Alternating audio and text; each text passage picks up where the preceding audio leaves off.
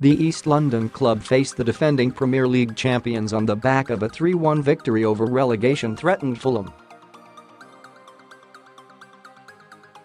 City, meanwhile, go into the match on the back of a gruelling 120-minute Carabao Cup final against Chelsea, which they won 4-3 on penalties. West Ham boss Manuel Pellegrini isn't expecting his old side feel the effects of the long drawn-out match, saying, "Manchester City played extra time and penalties against Chelsea in the Carabao Cup final on Sunday, but I don't think they will be weaker than normal on Wednesday."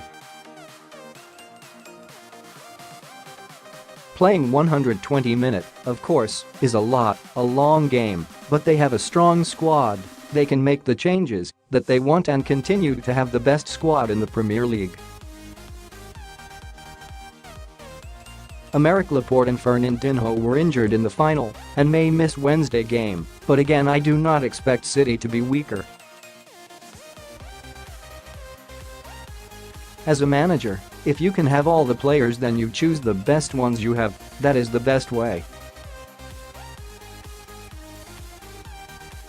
But I repeat, 2 or 3 injuries for them will not change their squad. We have played with 8 or 9 injuries all season, so it won't be a factor. Pellegrini's trip to the Etihad will be his first since leaving City in the summer of 2016. And the Chilean is expected to make 2 changes for his return to his old stomping ground. Austria international Marko Arnautovic is poised to lead the line for the Hammers, replacing former Manchester United hitman Javier Hernandez. Hammers fullback Ryan Fredericks is also expected to return to the fold, filling in for Pablo Zabaleta. Other than the returns of Arnautovic and Fredericks, Pellegrini is expected to name the same side who put Fulham to the sword.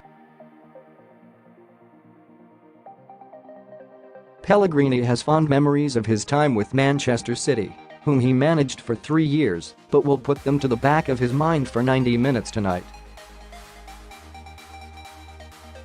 "When I think back to my time at Manchester City, I remember 3 beautiful years, especially when we won the Premier League. We had a very successful season," the 65-year-old said. "Not only because we won that, but it was the team that scored the most goals in history."